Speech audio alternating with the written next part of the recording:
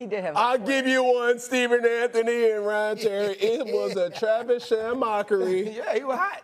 He was getting a little toasty in here. It was hot. Right, we go to the NFL now. Chiefs and Broncos this weekend in what feels like a must-win situation for the Chiefs, right? Who, with a loss, would fall to 500 for the first time through 10 games since 2015.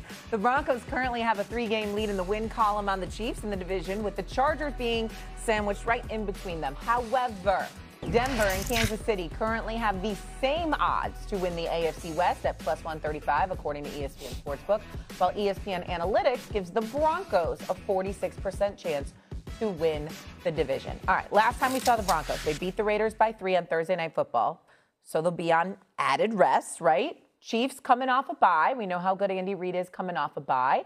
Stephen A., who do you think needs this win more? Is it Kansas City or Denver? It's definitely Kansas City. I mean, you're 2 games out. You lose this game, you're 3 games out. You lose this game, I think you don't have a chance of winning the AFC West. It's just that simple. It's not that complicated. They got to figure it out. Kansas City Chiefs have not looked great throughout this season. We know that. They're 5-4, but they got all their horses back. I mean, Rashee Rice is back. You got Xavier Worthy's back. You got Thornton and those brothers. They're there. Travis Kelce's there. You got to figure it out. It's just that simple. And with Denver, honestly speaking, I'm going to say this, and I know it's going to sound disrespectful. I don't mean it that way, but it shouldn't be that damn hard. It shouldn't be that damn hard because with Denver, they're going to give you opportunities to win the game, especially in Denver. You got to look at them, they haven't lost a home game since October of 2024. That is true. Here's the flip side. Wins have been tight. Raiders by 3, like you pointed out, beat the Jets by 2, beat the Giants by, Giants by 1. Okay, so you got all of that going on that you have to pay attention to, okay? Now, we know their defense is no joke. They can get to the quarterback. A plus 35 sack differential. That is the largest through 10 games in NFL history. These brothers get at the quarterback, and we know that's Patrick Mahomes' kryptonite. We've seen that in the 2 Super Bowls he's lost, so we get that part. But when your offense struggles so miserably for the vast majority of 3 quarters, and you going up against a team that has been consistently dominant and is used to being there in these pressurized situations, like the Kansas City Chiefs, and the Kansas City Chiefs are the ones with their back against the wall. They don't have that cushion. They got to win this game. They cannot afford to fall to 5-5 and Denver ascend to 9-2. That can't happen. They got to win this game. When you look at it from that standpoint, I think the urgency falls on the shoulders of the Kansas City Chiefs. They know it. They got to handle it. And Denver's vulnerability on the offensive side of the ball gives them an opportunity to do just that. I'm going to play the long game here, and I'm going to say Kansas City is probably one of 1 to 3 teams in the NFL that is a chameleon. Chameleon meaning that no matter where they are, I believe that they can win, home or away. I say this week is a must-win for the Denver Broncos for one reason and one reason only. Bo Nix.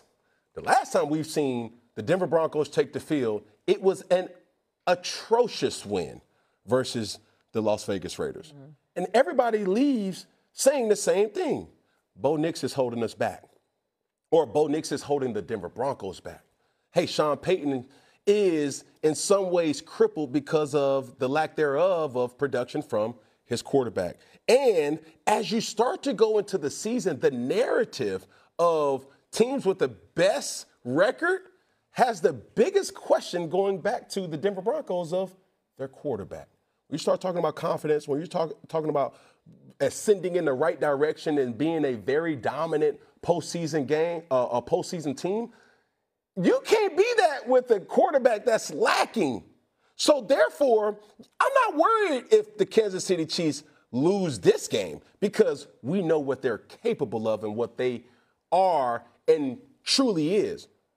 But for Bo Nix and the Denver Broncos, if they lose this game and how they lose this game will really have lasting impact for how we really view this team, almost saying, hey, we back at the middle of the mile again, huh? Cupic Zirconia. Oh, there you go. And that should not be the situation. But that's where the Denver Broncos are. Man, listen, you know what? I never thought you'd be part of this feelings crowd, right? Me and Shay was talking about parenting the other day, and like we are in a real feelings era, right? People are like, feel your feelings and explore your feelings. You're talking about feelings, bro. See, you can't have no argument about feelings. Let's talk about facts. Okay. The facts are if the playoffs started today, The team that has won 9 consecutive AFC West championships, a team that's been in 7 consecutive AFC championship games, a team that's been to 5 Super Bowls, won't be in the playoffs. And if they lose this, they have, to me, 0 chance to win the AFC West. Because they still got to play the Chargers. They still got to play the Broncos again. They still got to play the Indianapolis Colts. And this is the Kansas City Chiefs. The Kansas City Chiefs, who me, on many occasions, have said you don't want to see them in the playoffs. I still believe they can win the Super Bowl. Guess what's one way to ensure the Kansas City Chiefs don't win the Super Bowl, Cam? If the Kansas City Chiefs don't make the damn playoffs. Yep.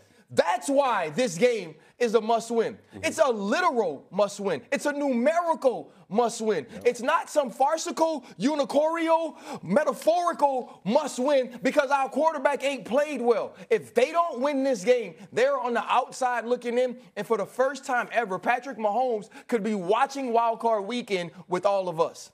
Yeah, they're quite. The other thing is, too, right. unicornical, I got to look that up. That's a word I never used before. That's a word I never used before. That's number one. Number two, I would say this, too. Patrick Surtain is out. J.K. Dobbins is out. Your leading tackler, Alex Singleton, is out.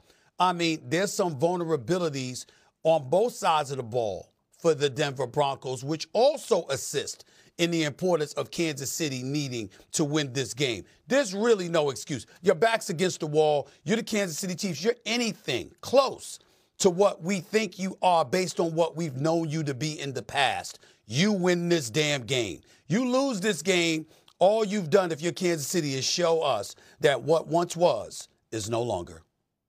You know I win this game. You know what's funny, Shay, is how do you lead with facts versus feelings, and you don't lead with facts? You lead with an if. If the playoffs started today, that's not a fact. It doesn't. The playoffs starts in January. We're in November. Are you literal? He's being literal. Are you serious? No. Ryan Terry, my brother, my good brother.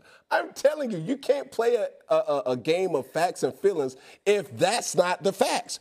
Are they in position to go to the playoffs? Yes. If they lose this game, could they still be in a position to go to the playoffs? Yes. Those are facts. But also facts is if the Denver Broncos lose and they So now you back to ifs. Ifs are okay now. No, I've never played the game, bro. I'm just letting you know. We're on a debate show, and I'm trying to make a point to say if they lose, right, or if they win, because they won last week, how they won, it wasn't pretty. It wasn't sexy. It wasn't nothing that we can say, okay, the Denver Broncos, they do have a dominant defense, even though they have, some players that's missing. It's one of those situations that you start to say, okay, what's the flaw? The biggest flaw for the Denver Broncos, and that's these haters can't hold me back. No. It's going to be self-inflicted because of their quarterback. I agree with that. Oof. But if they win this game, maybe then he's a little more legitimized. Yeah. Don't put that one down. That's how he does it. I got you. I didn't say it right. Don't put that one down. The Eagles' offense has yet to be in sync consistently all year long. Wait until you hear what someone says will happen to them on Sunday night in primetime against the Lions. Plus, Caleb Williams.